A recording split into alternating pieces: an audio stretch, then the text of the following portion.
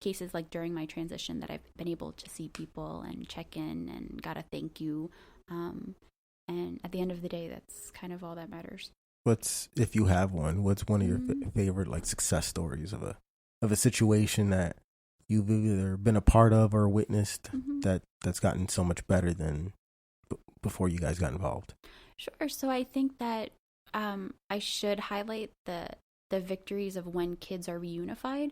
So when a kid or children are removed from a period of time from their parent or their caregiver, and they're reunified, they get to come back home.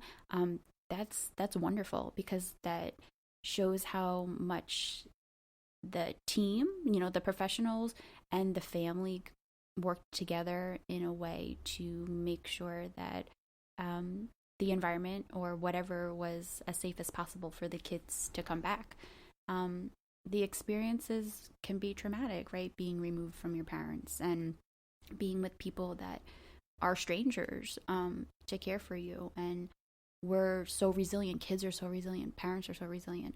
But being able to be a part of that, or hear that this month we closed 15 cases successfully, and all the kids were reunified. It's a beautiful thing. And what's that process like? When, like, if you don't mind, walk us through like a generic process of when there's been notified that it's not a safe place for this kid, you have to go in, the investigation, just that whole process. Well, I'll simplify it. So if a child needs to be removed, the child is removed, put into a temporary either kinship, which could be a family friend, or somebody that they know, or they can go into it's called a resource home. So instead of it being a foster home, the terminology has changed, because essentially the resource parent is a support to the bio family, the caregivers, the child. What does that mean? Can you simplify that for me? Instead of having the term now that we use in Philadelphia, instead of having a foster parent, you have a resource parent. Is it the same thing though? Or? It is the same thing. The terminology has changed to just show that, the idea is that the resource parent, the foster parent, is going to be temporary. In some cases it's not, right? Because some foster parents do adopt the children that they have or foster them for a long period of time. But the idea is that this individual is a resource to the parent and the child and helps support them during one of their most vulnerable and traumatic times in their life. So the child will then, child or children will then be removed, placed with a foster resource parent.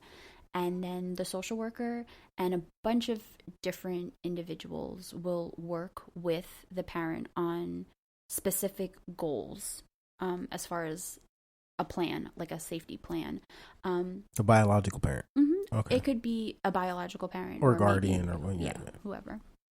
And there'll be certain time frames where the parent has to work on and achieve these goals, and usually they're court involved. And when you see the success of a case, and the family is able to do what they have to do, the case is closed, then the children can then be reunified with that person, that caregiver or parent. It was a very simplified I know there's a lot of hard work that goes in. As easily as because sometimes parents have to attend programs, or get a job, or do certain things that takes a lot of effort and hard work. But a lot of parents do it. Is there like a 3-strike rule or anything like that? Like how long, or is there even a limit for how long a parent has before they can, like, hey, you got to get your stuff together between this time. If not, you're not going to be able to have your kid again. I mean, there are the specifics. I'm not well versed on to say if it's 12 months, 16 months, whatever have you. But there's a constant conversation and constant check-in and engagement between the appropriate parties to let parents or caregivers know that this needs to be done. And there should be honest conversations to say, okay, well, if you're not doing this or that, this is what's going to happen, right? We don't ever want to, sugarcoat to make it seem like it's not a very intense or serious process, because it is. So being very honest about what next steps are, or what could happen if you don't do things the way that it's planned out, that certain results will happen. Okay. Mm-hmm. It's heavy. It is. Yeah, it's real heavy. It's heavy. Do people try to keep like siblings together? Oh, absolutely. Yeah. So that's a main goal, to keep siblings together. Yeah. All right. Yeah. That's cool. I didn't know. I like you see these movies like Precious, mm-hmm. or like mm-hmm. Kids that end up in foster homes, and mm-hmm. sometimes it's terrible. It's a terrible situation. Sure. A lot of time, well, not a lot of times, but you hear stories where it's supposed to work the way it's supposed to work, but mm-hmm. a lot of times those foster parents are just collecting a check, and mm-hmm. the kids are running rampant or stuff like that. What qualifies a person to be a foster parent? So there's training, right? You go through an interview process. There's training that you take. You get your home evaluated to make sure that there's enough space and there's enough supports for the child or children. And then you're qualified. Do they try to make it like a dual person household, or? Oh, you don't have to be married. You don't have to be straight. You just gotta be stable. Yeah. Yeah. That's pretty crazy. Mm-hmm. Is there, you ever get like those foster kids who run away? Oh, sure. I mean, I'm sure you do. But there's if you can dream it or think about it, it has happened, right? There's plenty of, and it's really the focus of the extremes. Not saying bad things don't happen, not saying that there hasn't been negative experiences with kids in foster care or with social workers, or just in general. But for the most part, we do what we have to do to make sure that the family is reunified, and most experiences are positive. Do you guys ever have like when you get a case, or you have a bunch of kids, and like you said, you put on certain events, or you host like the resource fair that you were with the block, and what is it, Impact the Hood? What does it look like when you have that event coming up, or can you bring those kids in to kind of just be a part of the community and all those things? Or? Sure. So whenever we do an event, a big part of it is promotion, right? So we do a lot of like social media promotion. We do a lot of emailing the flyers to our partners. We print out flyers and we put them, anywhere and everywhere that will have our flyer. But it's usually, everything is open to everyone. All of our events, if it is a closed event for whatever reason, maybe it's a certain age group, right? Or maybe it's a certain population that we're intending to touch. But for the majority of our events and workshops, they're open to anybody and everybody. They're free. And it serves as support to specific populations, right? So the resource fair that we did a couple of weekends ago, we had mental health, physical health, wellness information and resources. We had nonprofits. We had places that were hiring. It was just an amazing gathering of individuals to promote what they're doing and helping the community. So like an actual resource fair. Like you hear resource fair and people think, oh, okay, cool. And it's mostly just odd jobs or people just kind of selling merchandise. But you literally had some. Yeah. So it was a free event. We had 20 plus organizations that were there, and everybody shared resources and information about what they specifically do, but also committed to giving something to the community. So we had filled backpacks, we had food, we had hygiene kits, first aid kits, water bottles. We just had so much. It was a really wonderful event. People got to go away with free clothes, shoes. I mean, pens, anything that they could have wanted, we tried to help. And how often do those things happen? Or how often would you like them to happen in Planner? So on a big scale, we do 2 to 3 things a year that touches hundreds of people, right?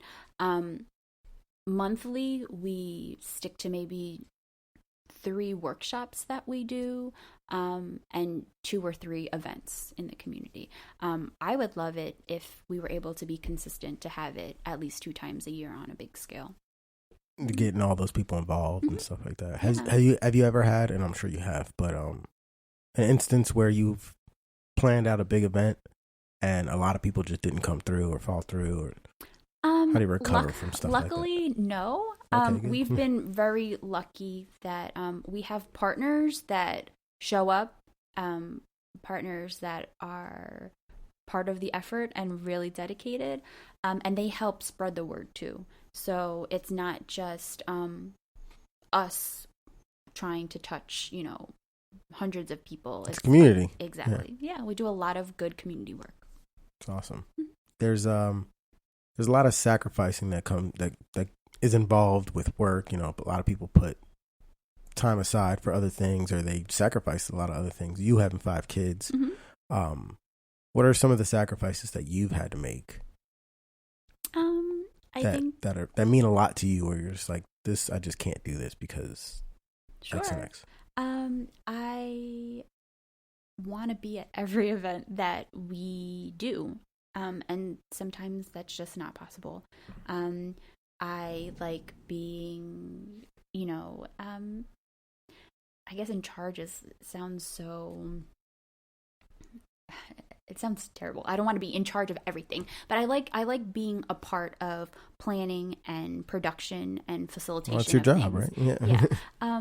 But I have great people that can do the work, that do the work. So most of the time I want to be there. I want to be up front and center. I never want to ask somebody to do something that I'm not going to do myself. And I do that with my team too. So when we have pop-up events and we're out on the street, I'm there with them and I'm screaming out that we have free this and free that and come get this and come get that.